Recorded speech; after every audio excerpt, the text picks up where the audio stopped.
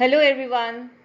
आज हम class 10 CBSE की दूसरी कविता पढ़ेंगे, फायर एंड आइस, जो रॉबर्ट फ्रॉस्ट द्वारा लिखी गई है।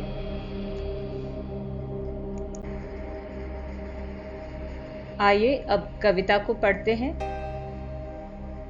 Some say the world will end in fire, some say in ice. From what I have tasted of desire, I hold with those who favor fire.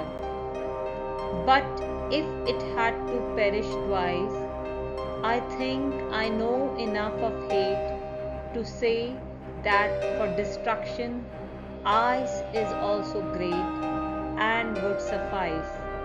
यहाँ पर perish का मतलब नष्ट होना है और suffice का मतलब पर्याप्त है।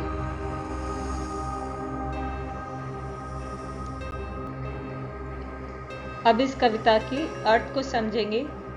फर्स्ट स्टैंजा में रॉबर्ट फ्रॉस्ट कहते हैं कि ये दुनिया अपना अंत कैसे पूरा करेगी। इस विषय में लोगों के दो विपरीत दृष्टिकोण हैं। तो पहले स्टैंजा में रॉबर्ट फ्रॉस्ट का कहना है, कुछ लोगों का मानना है कि दुनिया का अंत भीषण गर्मी के कारण होगा, जैसे कि ग्लोबल वार्मिंग। दूसरे शब्दों में कहें तो ये पृथ्वी पर विकट भयावह गर्मी के कारण ज्वालामुखी, भूकंप और सुनामी जैसी प्राकृतिक आपदाओं को जन्म देगी और यही इस पृथ्वी के समाप्त होने का कारण बनेगी। या हो सकता है सूरज की तेज किरणें या चिलचिलाती किरणों के कारण पृथ्वी जल भी सकती है। वहीं पर कुछ लोगों का मानना है कि सूरज अपनी गर्मी भी खो सकता है, जिसके कारण धरती बर्फ से जम जाएगी और यही इसका अंत का कारण बनेगी। और यहीं पे इस लास्ट लाइन में रॉबर्ट फ्रॉस्ट कहते हैं कि मैं अपने अनुभव से मैं उस ग्रुप के साथ दूंगा जो सोचते हैं पृथ्वी का अंत आग से होगा। यहाँ पर एक बात समझिए, यहाँ पे फायर और आइस का उपयोग एक सिंबॉलिक सिग्निफिकेंस है। यहाँ फायर शब्द का सिंबॉलिक सिग्निफिकेंस वायलेंट पैशंस जैसे एंगर, लस्ट, क्रुएलिटी, रूथलेसनेस और वायलेंस से है।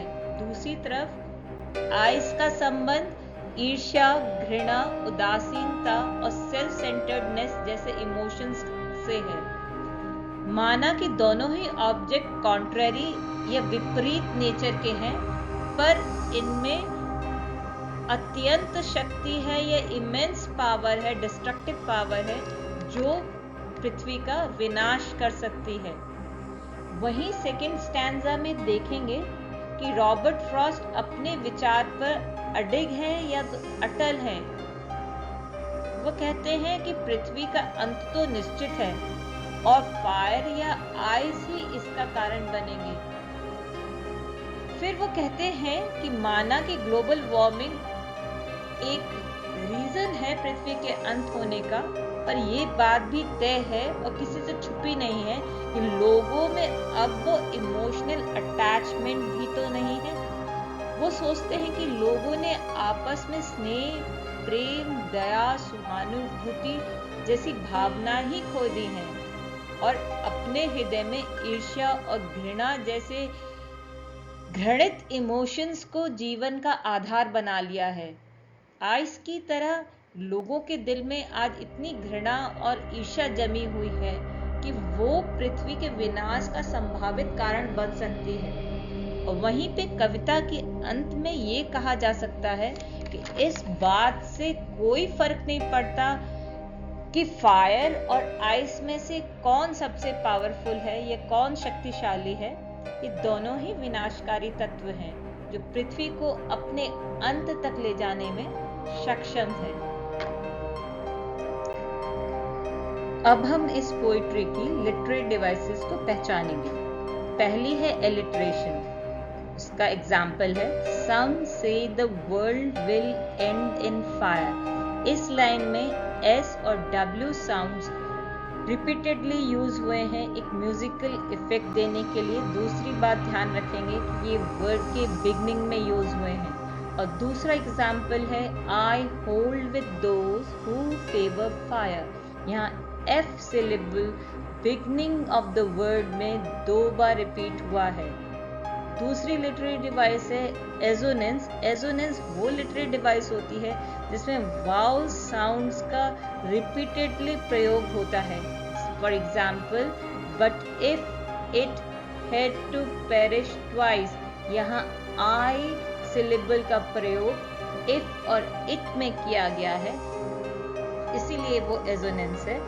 और लास्ट है एनाफोरा। एनाफोरा वो पोएटिक डिवाइस होती है जिसमें group of words repeatedly beginning of the sentence में यूज किए जाते हैं। Example, some say the world will end in fire, some say in ice. यहाँ पे कॉन्ट्राडिक्टरी विचार लोगों के बताने के लिए सम से फ्रेज का प्रयोग 2 बार किया गया है।